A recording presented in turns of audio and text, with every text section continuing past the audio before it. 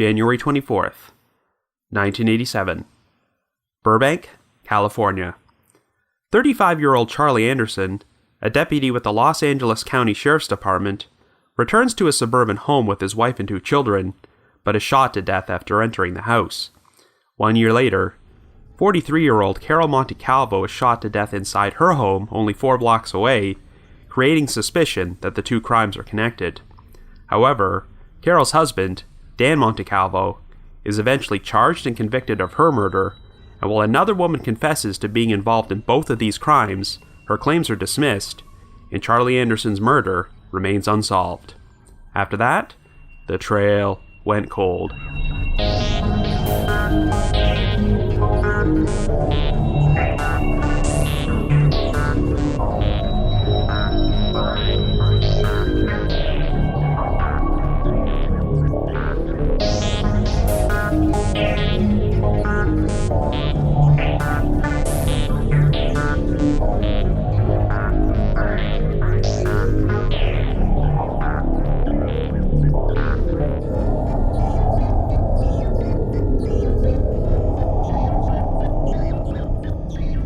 Hello everyone, and welcome to the latest episode of The Trail Went Cold. I'm your host Robin Warder, and today we're going to be covering 2 cases which were covered on Unsolved Mysteries: the 1987 murder of Charlie Anderson and the 1988 murder of Carol Montecalvo. But what makes this episode particularly unique is that one of these cases is technically considered to be solved. Charlie Anderson was a veteran deputy with the Los Angeles County Sheriff's Department, but while Unsolved Mysteries featured quite a few cases involving murdered police officers, this one is a bit different than most. Instead of being killed in the line of duty, Charlie was shot to death inside his own house while returning home with his wife and children. Initially, there was speculation that this was a burglary gone wrong, but we're going to explore possible connections between this crime and another case from Unsolved Mysteries, or should I say, its short-lived spin-off series, Final Appeal, from the files of Unsolved Mysteries. Just over 1 year after Charlie's murder, a woman named Carol Montecalvo was shot to death inside her home, which happened to be located only a few blocks away from the Anderson residence.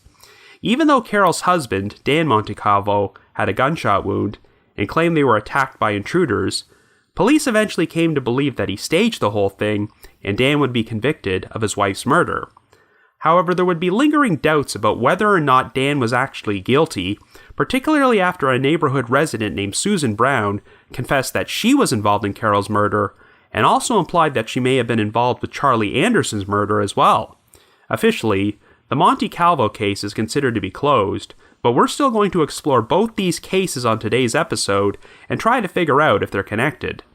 However, before we get started, just a quick reminder that The Trail Went Cold is a weekly podcast, which is currently available for download on several platforms, including iTunes, Stitcher, Google Play Music, and Spotify. So if you like this podcast, be sure to subscribe to it, and please leave us a rating or review on any of those sites to help spread the word and garner us more exposure.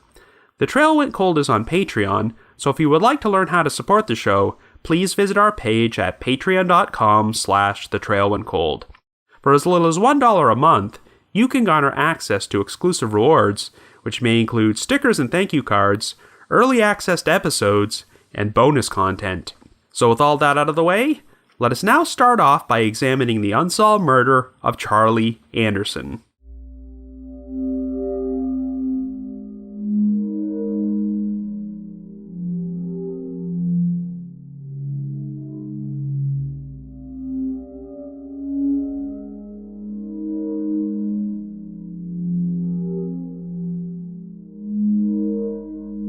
Our story begins in Burbank, California in 1987. Our central figure is 35-year-old Charlie Anderson, who lives in a suburban neighborhood with his wife, Beth Anderson, and their 2 sons, 5-year-old Michael and 11-month-old Richard. Charlie is a deputy with the Los Angeles County Sheriff's Department and a highly respected 11-year veteran who is known for being a particularly gifted driver who teaches these skills to his fellow officers. Shortly after midnight on January the 24th, Charlie, Beth, and their children returned to their home on West Oak Street after visiting Beth's parents. At the time, Beth was suffering from a back injury, so she said that Charlie offered to go inside and put Michael to bed while she waited in the car with Richard. When Charlie returned, he would carry Richard inside for her as well. However, Beth would soon hear noises from the house, which she described as sounding like backfires. Beth walked into the house and called out for Charlie, but received no answer. When she went upstairs, she discovered Charlie's body on the hallway floor. He had been shot to death, so Beth instantly ran over to a next-door neighbor's house before calling the police. Thankfully, Michael was left unharmed, as Charlie had apparently tucked him into bed before he was shot by an unknown assailant. When police arrived, they found a slit in the rear screen door, so investigators initially suspected that the crime was a burglary gone wrong and that Charlie had unexpectedly walked in on an intruder who killed him.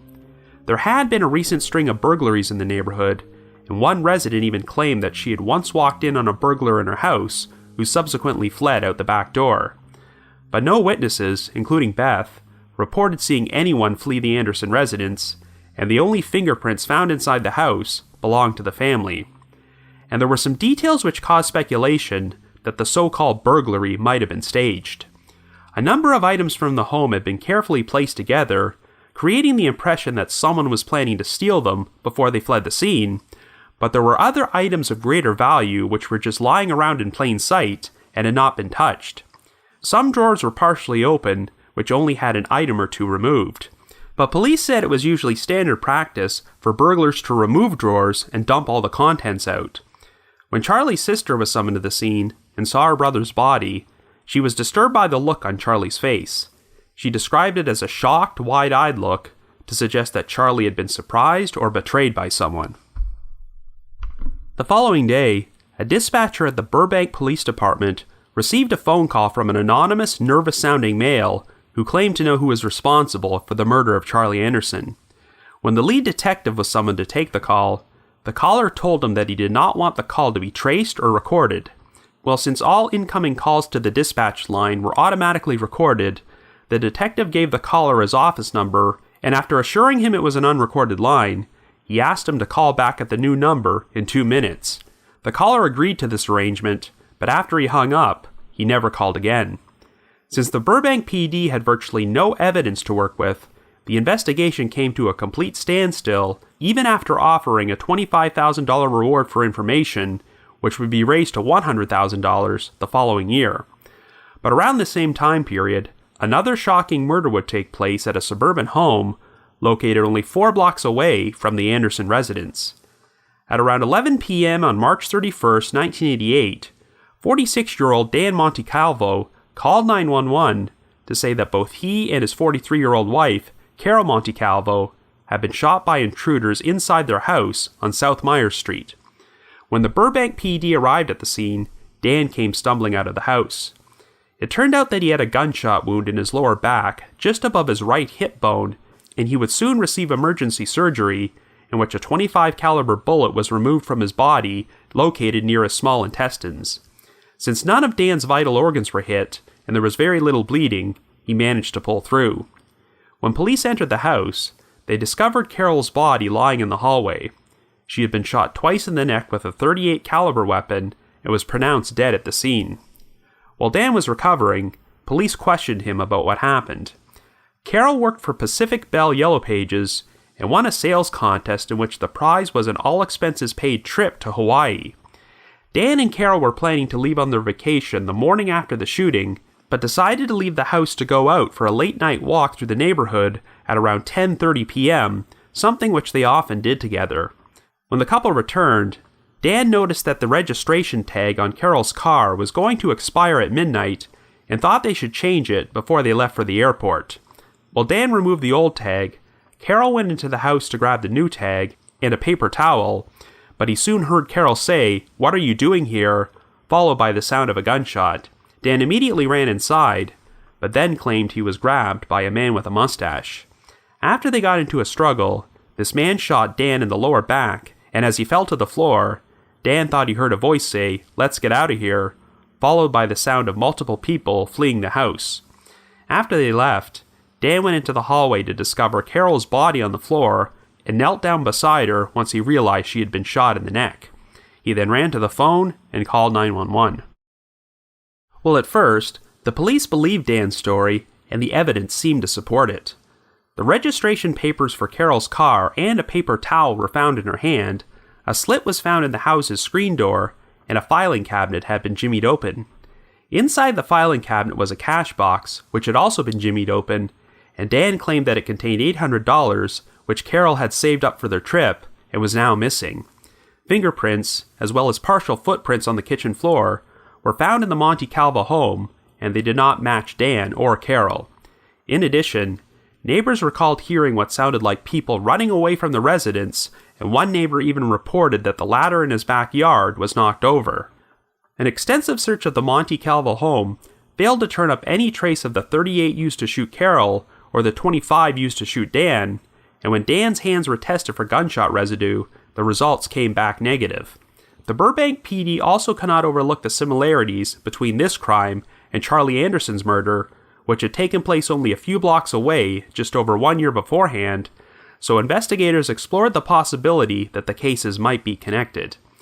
But they started having a different outlook when a police sergeant who was friends with Dan and had gone out drinking with him a few times revealed that Dan once asked him about the Anderson murder and seemed interested in learning specific details about how the crime was carried out.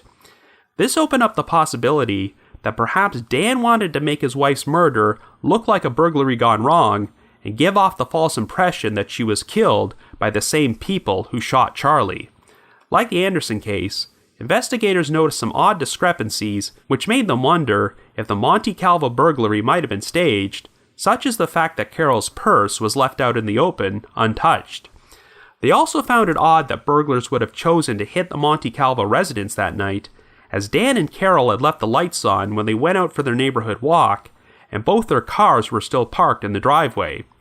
Well, once investigators started delving into Dan's background, they discovered a number of red flags.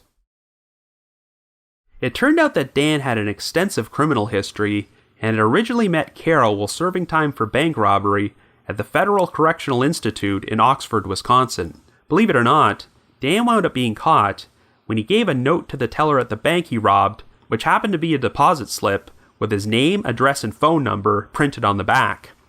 Anyway, Carol was involved with a church group with a prison ministry program, and she found herself corresponding with Dan while he was incarcerated. They soon developed an attraction to each other, and got married in the prison chapel in 1980. On the surface, Dan seemed to have embraced religion and appeared to be sincere about changing his ways, so only 3 weeks after the wedding, Dan was granted parole and moved to Burbank with Carol shortly after his release. However, the marriage started going downhill after issues with a bleeding ulcer prevented Dan from being able to work and forced him to go on disability. He soon developed a drinking problem, as well as a serious gambling addiction, and constantly cheated on Carol with other women. At the time Carol was murdered, Dan's gambling issues had escalated into him racking up $67,000 in debts, which he owed to multiple casinos in Las Vegas, as well as a wealthy high roller who had allowed Dan to gamble money on his behalf. The casinos had set Dan up on a repayment plan, but they were pressuring him to speed his payments up. It also turned out that Carol had taken out numerous life insurance policies on herself, totaling over $600,000 in the months prior to her death. While the policies were Carol's idea, two acquaintances of Dan's would share disturbing stories with the police. One of them claimed he was hanging out in a bar with Dan and complaining about problems he was having with his own wife, when Dan suddenly proposed the idea of killing his wife and splitting the insurance money with his friend after he collected it. In addition, a former cellmate of Dan's, who served time with him in Oxford, said that Dan had once shared a potential scenario where he would marry a shy woman after he was released, insure her for a lot of money, and then kill her. Suspicion mounted when a blood spatter expert examined the pants Dan wore on the night Carol was killed.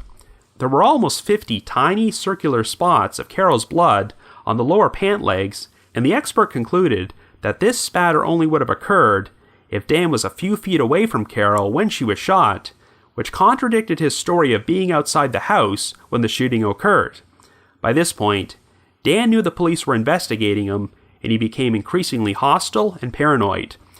Believe it or not, he even went so far as to file a wrongful death lawsuit against the Burbank Police Department, claiming that they negligently allowed Carol to bleed to death and could have saved her if they had responded more quickly.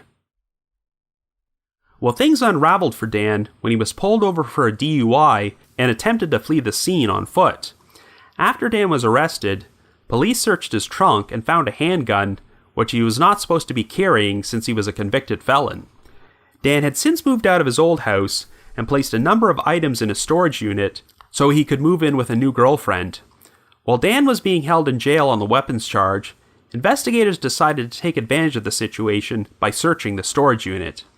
They wound up finding a number of incriminating items, including ammunition, surgical gloves, and most curiously, a hollowed-out book with a secret compartment. When police examined the compartment, they believed it was large enough to have concealed both a .38 and .25 caliber gun. While the actual murder weapon could still not be found, this provided a potential explanation for how Dan concealed the guns on the night of the murder, as he could have shot Carol with the .38, shot himself with the .25, and then hid them inside the hollowed-out book before he called 911. This would explain why police never found the guns during their search of the house, and Dan could have disposed of them after he was released from the hospital.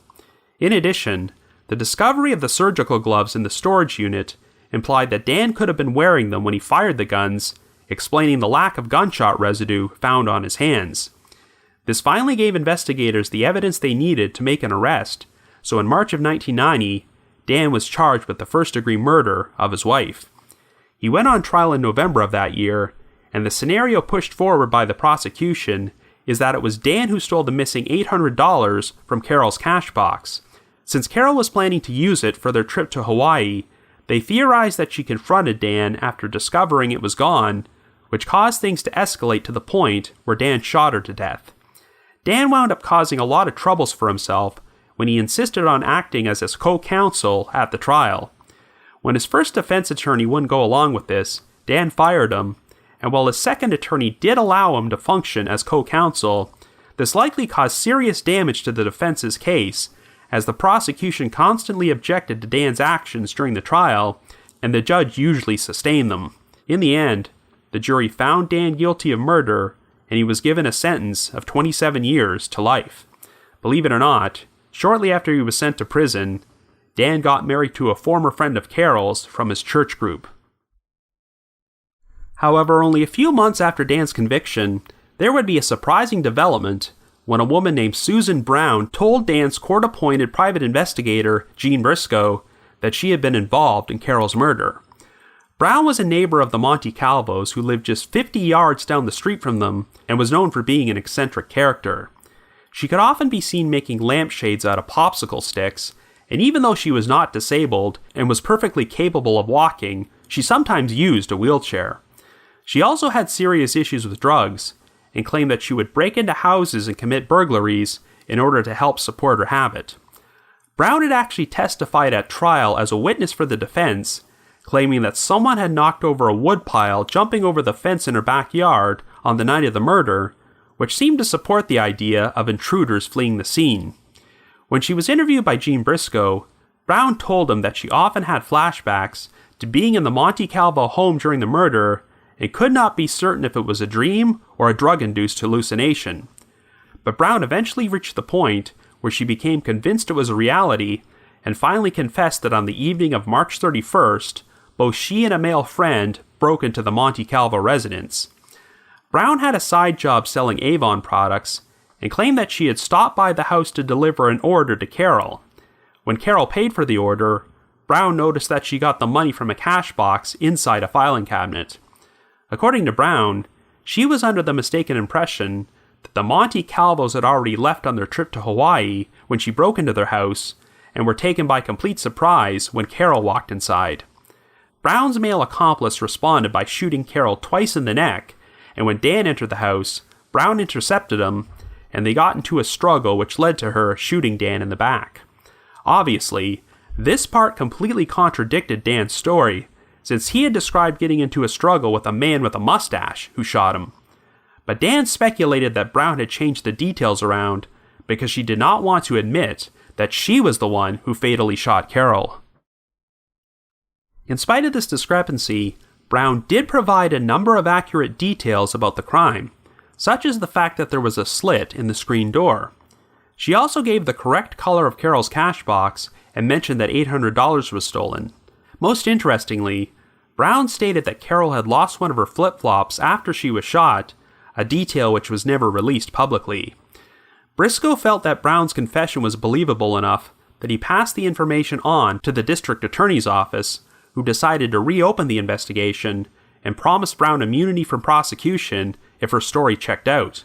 However, they found major credibility issues with Brown, as in addition to her drug problems, she also allegedly had a history of mental illness.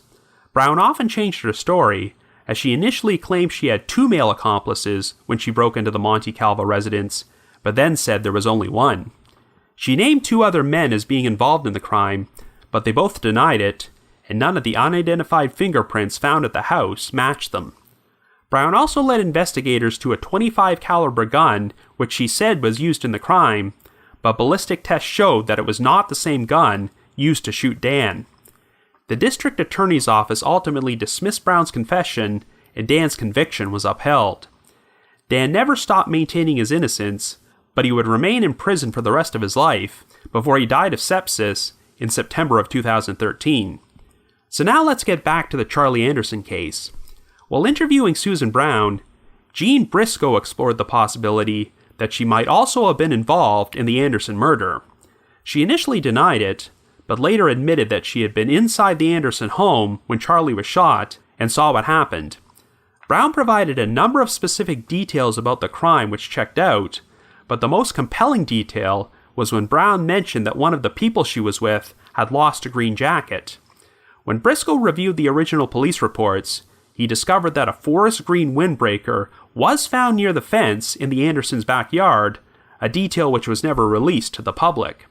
Briscoe claimed that he took this new information about the Anderson murder to the Burbank Police Department, but they had little interest in the lead and practically laughed at the idea of Brown being the perpetrator. In May of 1994, the case would be featured on an episode of Unsolved Mysteries. There was hope that the anonymous mystery caller who phoned the Burbank PD the day after the murder might be watching and be inclined to finally come forward, but he never did. In 1999, investigators presented a case against a potential suspect to the Los Angeles County District Attorney's Office. While no specific details about this have ever been released publicly, prosecutors determined that there was insufficient evidence to file charges, so the investigation remained at a standstill. However, over the years, rumors have circulated directing suspicion toward Charlie's wife, Beth Anderson, who remarried and divorced following her husband's murder. According to one investigator, it was difficult to clarify certain details about the night of the crime because Beth would not allow police to interview her again. In a 15th anniversary article published about the case in the Burbank Leader, Beth was asked if she was frustrated with the investigation and stated, quote, "I'm frustrated that my husband is not here with me to raise his children," end quote. Beth would pass away in January of 2019 at the age of 64. It seems like police have leaned away from the theory that Charlie was shot in a burglary gone wrong and suspect that he was killed by someone close to him, but after 3 decades, the full truth about his murder remains unknown. So I guess you could say, the trail went cold.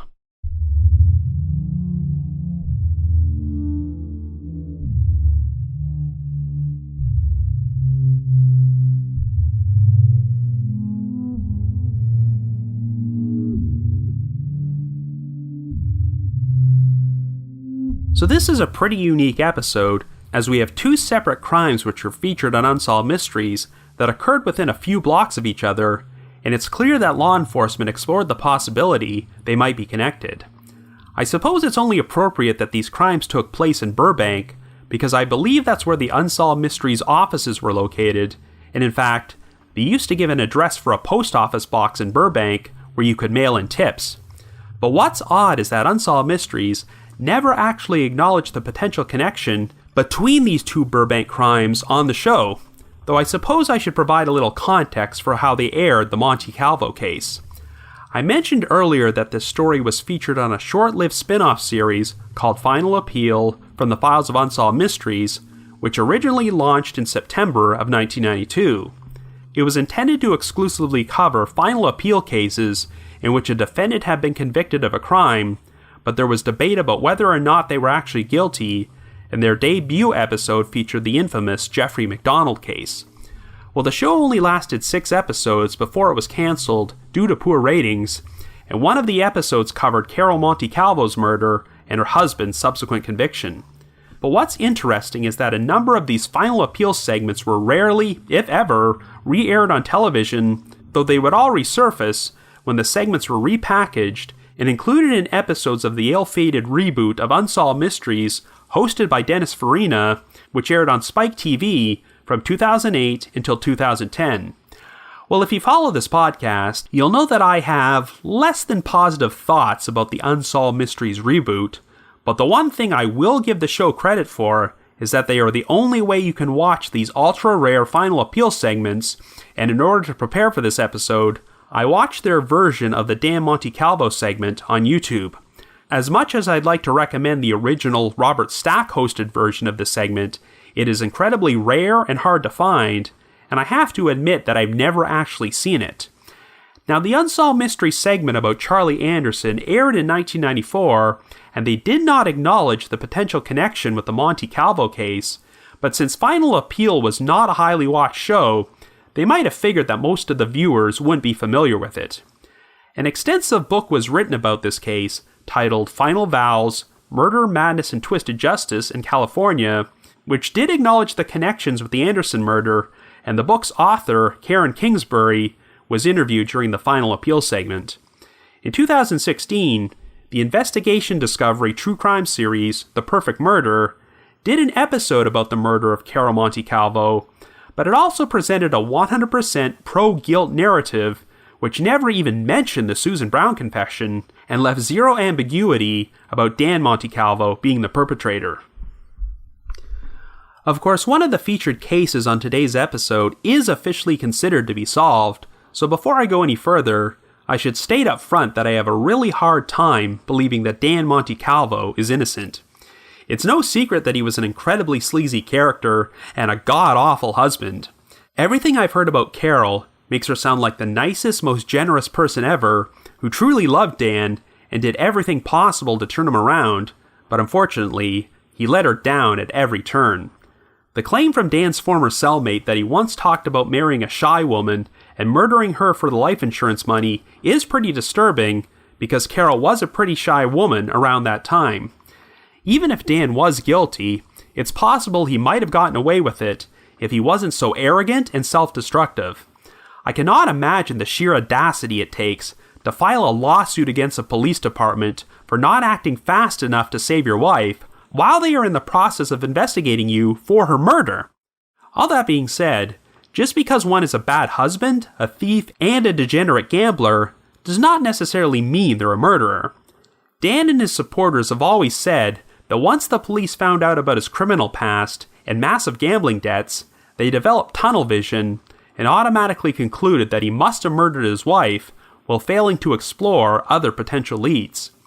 But while the case against Dan was not airtight, the one piece of evidence I cannot ignore are the tiny spots of Carol's blood on the lower legs of Dan's pants, which the Final Appeal segment conveniently neglected to mention. This provides the biggest hole in Dan's story, since he claimed he was outside the house at the time Carol was shot. Now, Dan did mention that he kneeled down next to Carol's head when he checked her body, but if that were true, the pants likely would have been saturated with bloodstains, not tiny spots. This seems to indicate that his pant legs absorbed some blood spatter, which only would have occurred if he was a few feet away from Carol when she was shot. While parts of Dan's story did hold up and managed to fool the police at first, those blood spots are a major red flag which cannot be explained away. But I do concede that there are still some unanswered questions here, and I am willing to explore the possibility that Dan did not actually kill Carol himself, but hired someone else to shoot both her and himself in order to make the crime look like a botched burglary. At the outset, the biggest points in favor of Dan's innocence were the fact that the .38 and .25 caliber guns used in the shooting could not be found, and there was no gunshot residue on Dan's hands. Of course, the big aha moment was when they found the hollowed-out book in Dan's storage unit years later, so the prevailing theory is that after using the .38 to shoot Carol and the .25 to shoot himself, Dan hid them inside the book before he called 911 and then got rid of the guns at a later time.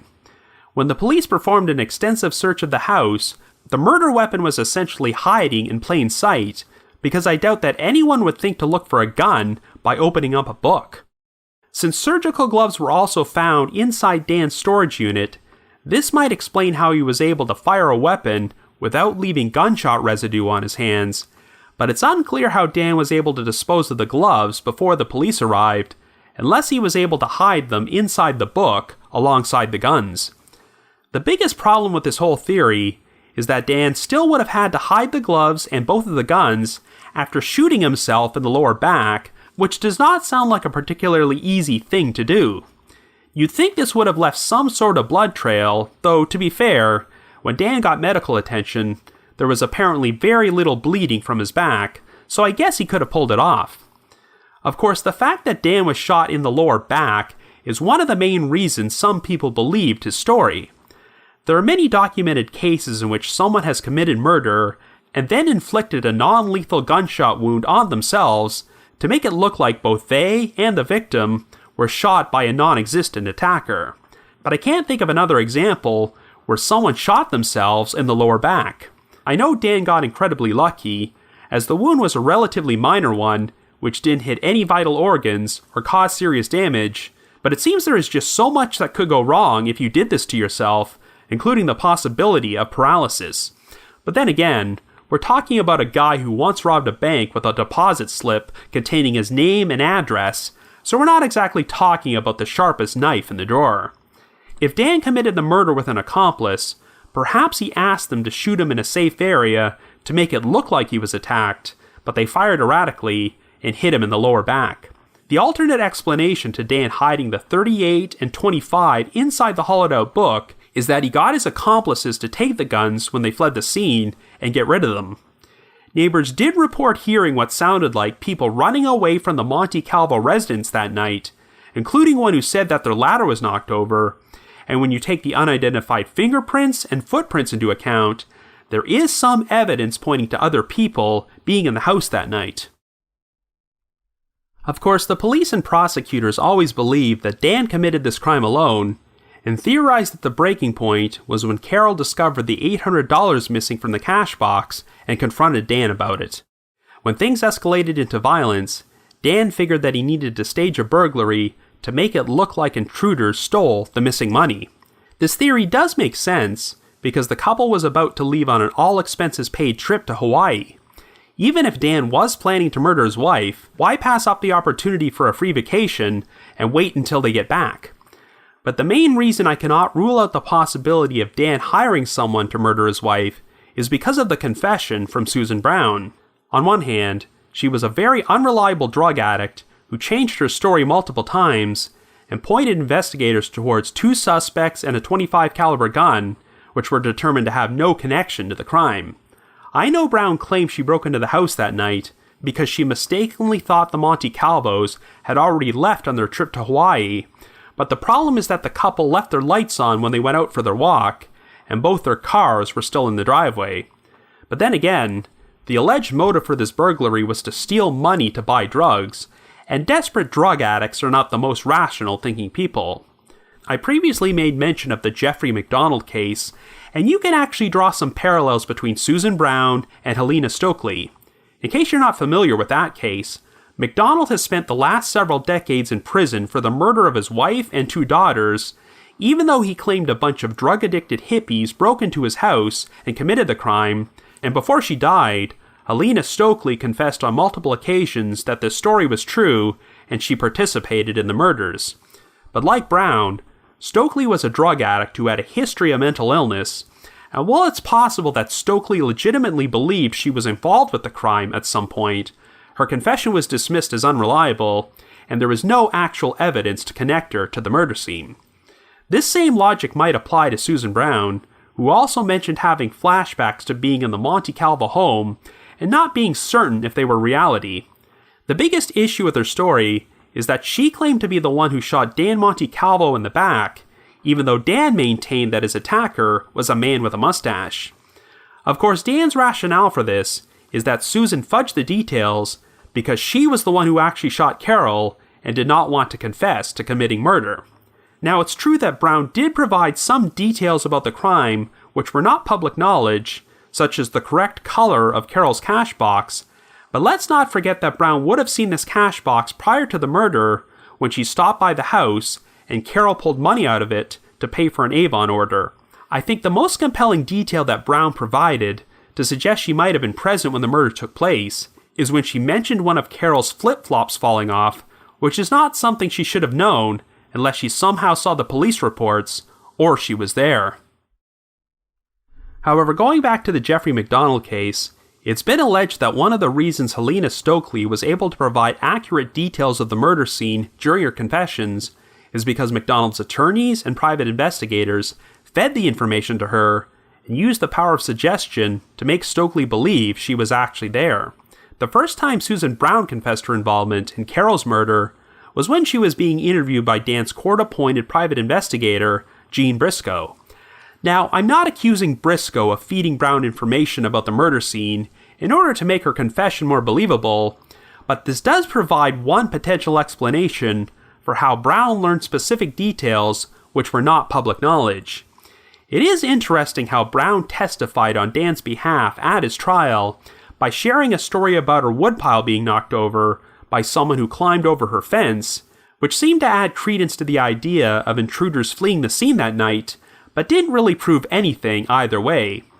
If Brown really did help Dan kill Carol, then this story may have been her attempt to help Dan get acquitted.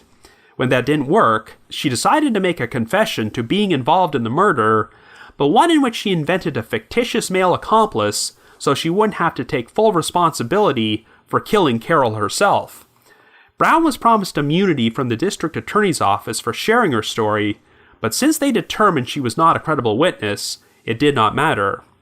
I have no idea what happened to Suzan Brown afterward, or if she's even still alive today, but regardless of whether or not she was involved in this murder, I do still think that Dan was complicit and wound up right where he belonged.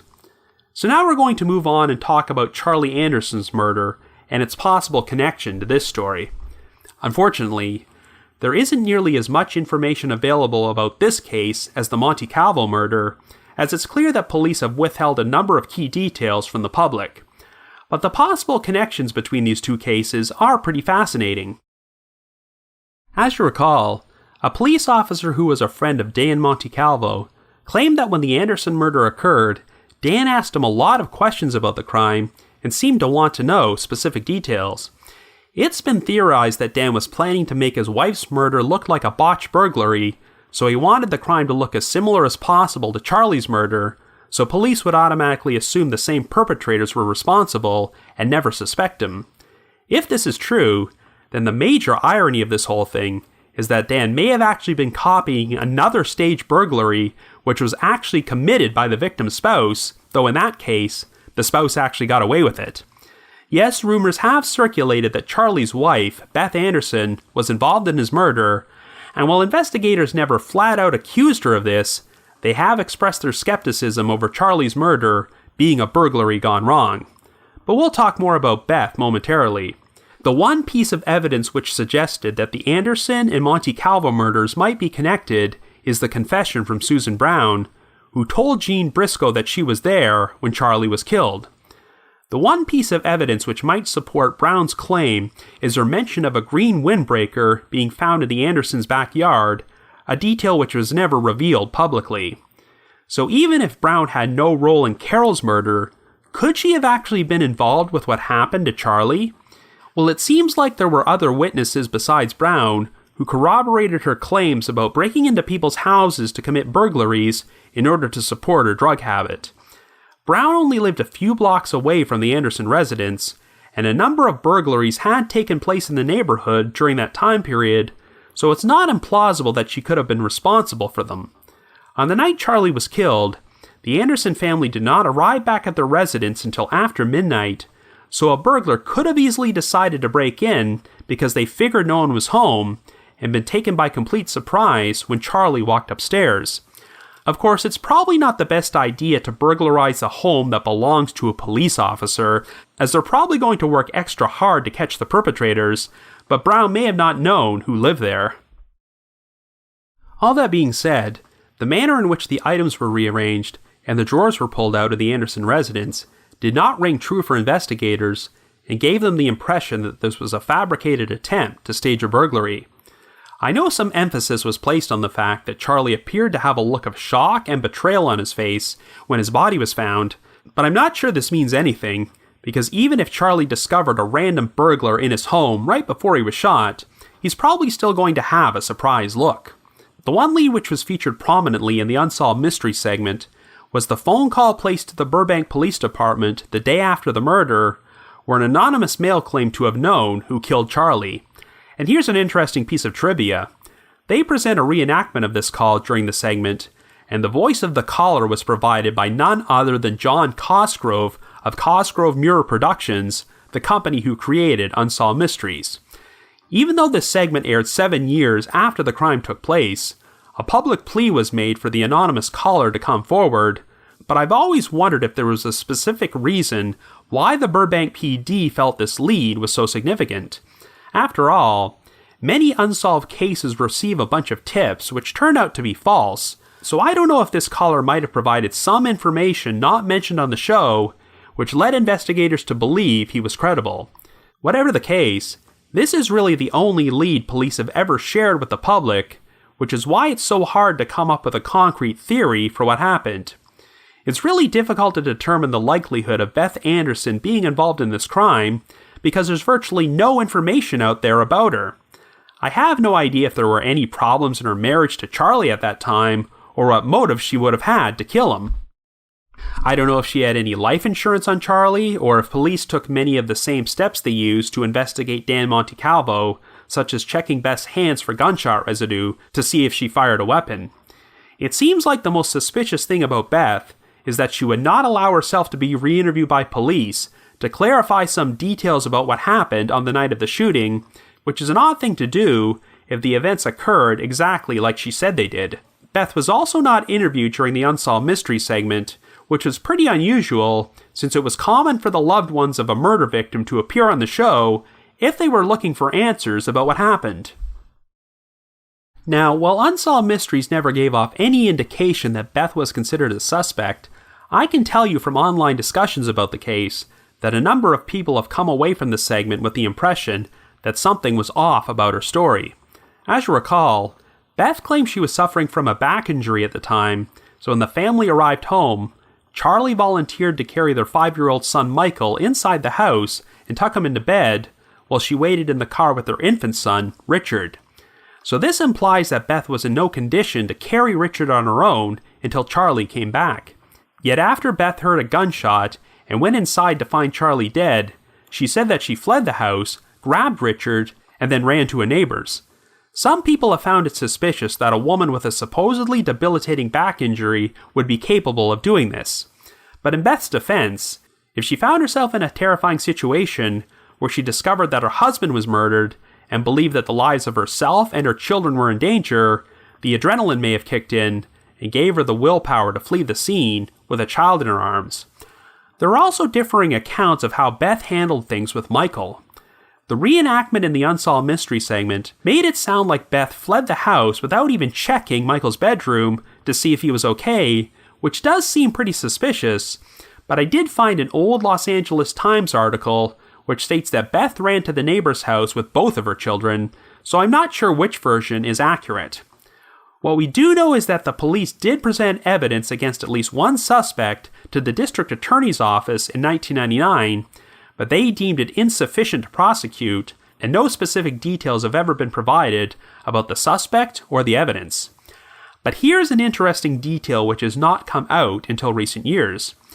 I previously mentioned that the Carol Montecalvo murder was featured on an episode of the true crime series A Perfect Murder, which made mention of this case.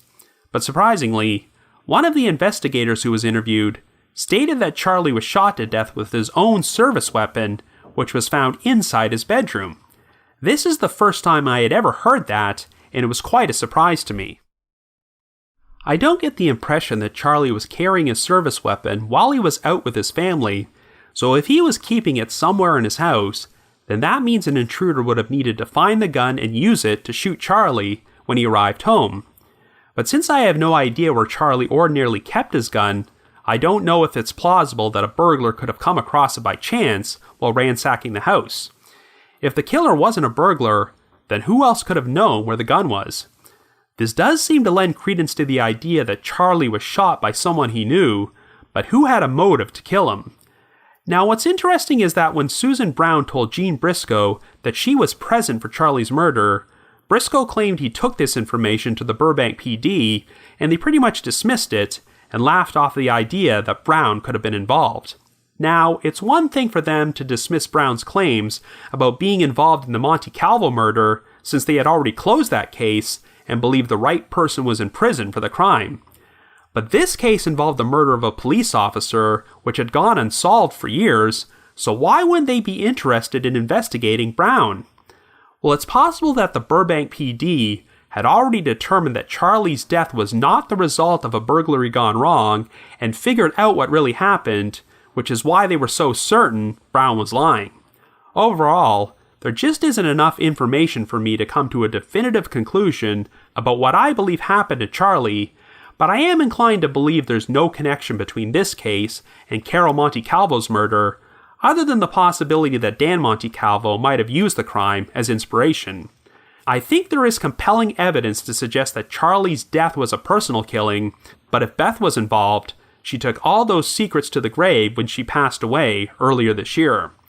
All that being said, should you happen to have any information about the murder of Charlie Anderson, or if you have information to suggest that someone else besides Dan Montecalvo was involved in the death of Carol Montecalvo, please contact the Burbank Police Department at 818-238-3000.